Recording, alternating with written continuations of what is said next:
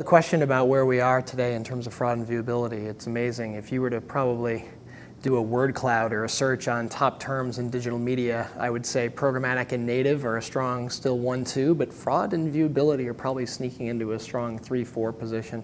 Certainly here in early June, I would say they're probably 1 and 2, just given a lot of the signals and noises that have been occurring. And that's very, very healthy. It's not hype. There's obviously a problem. Some folks have probably overemphasized the problem, and not just those who are vendors trying to solve the problem, but those who are legitimately wanting to sound an alarm.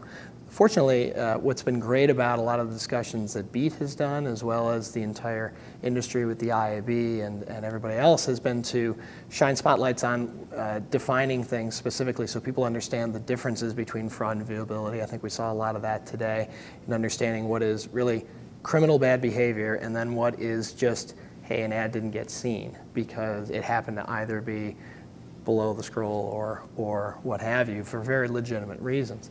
I think what also has been great is a lot of folks now, as the cross-channel implementation, not just among digital channels, but also now cross between TV and digital, is starting to become very, very real at the executive media planning level. It's neat seeing the standardization of metrics and the slow tectonic plate shifting and understanding what a GRP means in a digital environment versus now a post-C7 TV environment. So those are all exciting trends because it means that everyone is rallying around some common frameworks for being able to stand on the same foundations of what building an audience and getting someone's attention is.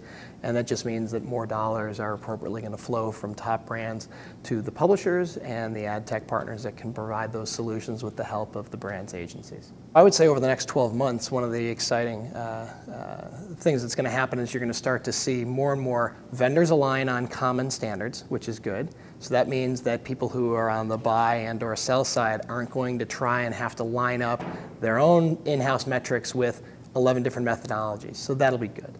And it probably won't go to one, as we've seen in radio and linear television over the past decade. So that'll be healthy. That's going to be one trend.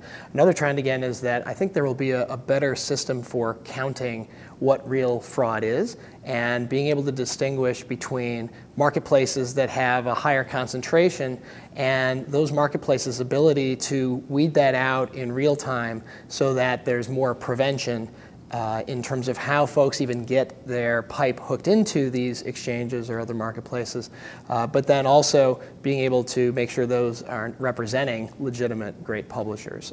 So I think, again, all eyes being on this means that there's going to be a weeding out, a little bit of Darwinian effect happening, and that's going to be a very good thing for the industry, and again, should just mean more dollars going into digital appropriately.